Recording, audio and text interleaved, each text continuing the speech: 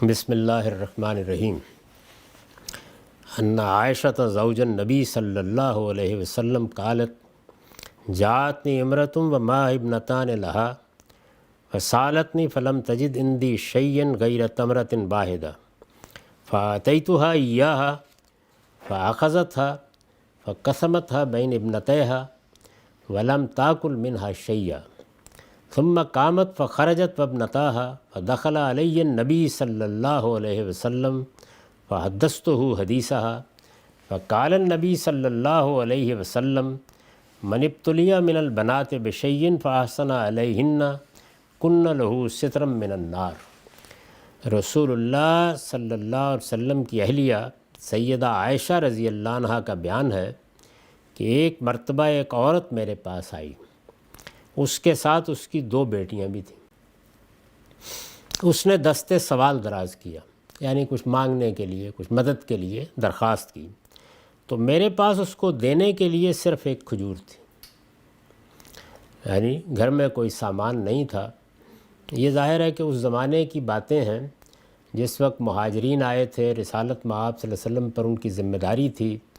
مہاجرین کو بڑی حد تک انصار کے ساتھ مواخات قائم کر کے کچھ سیٹل کر دیا گیا تھا، لیکن پھر بھی ایک تعداد تھی، عام طور پر بیان کیا جاتا ہے کہ 70-80 کے قریب لوگ ایسے تھے کہ جن کو مسجد ہی میں ایک کیمپ لگا کے ٹھہرانا پڑا۔ یہی وہ لوگ ہیں جن کو اصحاب صفہ کہا جاتا ہے، اس لیے کہ مسجد میں ایک چبوترا سا تھا، تو یہ مہاجر کیمپ رہا ہے۔ ہمارے ہاں عام طور پر اس کی طرح طرح کی تعبیریں کی گئی ہیں، لیکن قرآن مجید نے بالکل واضح طور پر بتا دیا ہے کہ اس کی نوعیت کیا تھی۔ تو رسول اللہ صلی اللہ علیہ وسلم اس زمانے میں جو کچھ بھی آتا تھا اس میں ترجیح دیتے تھے ان مہاجرین کو۔ سب سے پہلے ان کی ضرورتیں پوری کی جائیں گی، اس کے بعد کوئی چیز اپنے استعمال میں لائی جائے گی۔ تو یہ بڑی اسرت کا زمانہ ہے۔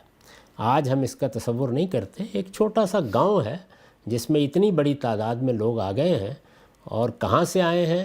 ان علاقوں سے آئے ہیں کہ جہاں کھیتی باڑی کا رواج ہی نہیں تھا، بھیڑ بکریاں چرا لیتے تھے، تجارت کر لیتے تھے، تو وہ اپنے گھروں سے اٹھ کے آ گئے۔ اثاثہ بھی نہیں ہے، مکان بھی نہیں ہے، رہنے کی جگہ بھی نہیں ہے۔ تو جو مہاجرین کی صورت ہوتی ہے، ہم نے بھی اپنے زمانے میں دیکھے ہیں، افغانستان سے مہاجرین آئے، دوسری جگہوں سے۔ تو آج تو حکومتوں کے پاس بہت روپیہ ہوتا ہے، منظم حکومتیں ہیں، دنیا بھر مدد کرتی ہے، وہ آپ نے کیمپ لگا دیے، پھر بھی بڑی غیر معمولی صورتحال پیدا ہو جاتی ہے۔ تو اس وقت اس کے سوا کوئی راستہ نہیں تھا، تو حضور کی ذاتی زندگی میں یہ صورتحال پیدا ہو گئی تھی۔ یہ گھر میں بعض وقت ایک کھجور ہی نکلتی تھی، تو وہ کہتی ہیں کہ بس یہی صورتحال تھی، میں نے وہی اس عورت کو دے دی، تو اس نے وہ لے کر آدھی آدھی دونوں بچیوں میں تقسیم کر دی۔ یعنی بھوک کے عالم میں ہے، مانگنے کے لیے آئی ہے، میرے پاس بھی کچھ نہیں ہے، ایک کھجور ہی تھی، وہ کھجور میں نے اس کو دی، تو بجائے اس کے کہ وہ بھوکی تھی خود کھاتی، اس نے اس کو 2 ٹکڑوں میں تقسیم کیا اور دونوں بچیوں کو دے دی۔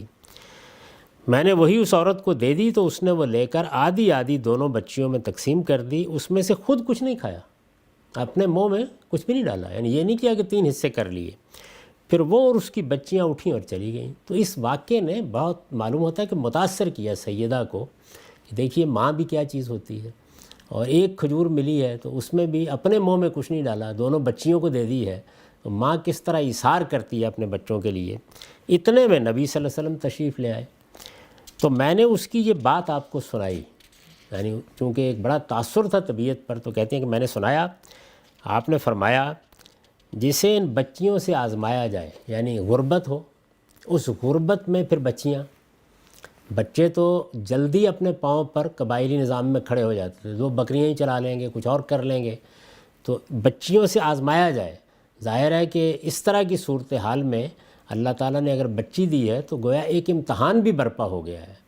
تو فرمایا اور وہ ان کے ساتھ حسن سلوک کرے، یعنی آزمائش میں مبتلا ہوا، بچیاں اللہ تعالیٰ نے دیں، حالات اس طرح کے ہیں، فلاکت اور کمزوری اور ضعف اور مفلسی کا یہ حال ہے کہ اپنے لیے ایک کھجور بھی بڑی نعمت لگتی ہے، اور اس میں پھر یہ ایثار بھی ہو، یعنی ایک ماں کے طور پر اپنے منہ میں کچھ نہیں ڈالا۔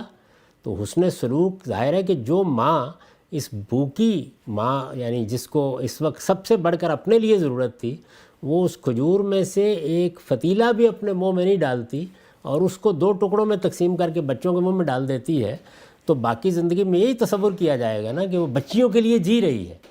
تو یہ حسن سلوک کرے۔ تو فرمایا کہ فَأَحْسَنَ عَلَيْهِنَّ كُنَّ لَهُ سِتْرًا مِّنَ النَّارِ۔ اب غلطیاں کوتاہیاں تو ہوتی ہیں نا انسان سے، ایمان میں بھی ہوتی ہیں، علم میں بھی ہوتی ہیں۔ فرمایا کہ جب ان غلطیوں کوتاہیوں کے نتیجے میں آگ کا فیصلہ ہوگا تو بچیاں آڑ بن جائیں گی، یعنی یہی چیز اللہ تعالیٰ کے حضور میں اس کے لیے نجات کا ذریعہ بن جائے گی۔ اس سے رسول اللہ صلی اللہ علیہ وسلم نے گویا یہ بتایا ہے کہ انسان کے اعمال کس طرح سے اثر انداز ہوں گے، اللہ کیسے عفو درگزر سے کام لے گا، کیا کیا چیزیں وہاں آ جائیں گی، اس کا تم بیٹھ کر کوئی ریاضیاتی نقشہ نہیں کھینچ سکتے۔ معلوم نہیں کیا صورت پیدا ہوگی، اللہ تعالیٰ کے ہاں کون سا عمل کتنا مقبول ہو جائے گا۔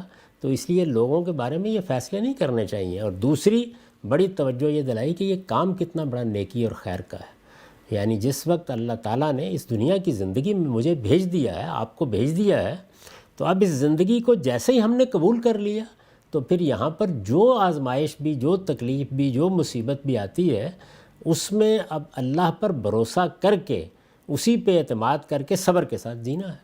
اس سے نعمتیں مانگنی بھی ہیں، مناجات بھی کرنی ہے، نجات کی دعائیں بھی کرنی ہیں، لیکن اس کے ساتھ اس ایثار کے ساتھ زندگی بسر کرنی ہے۔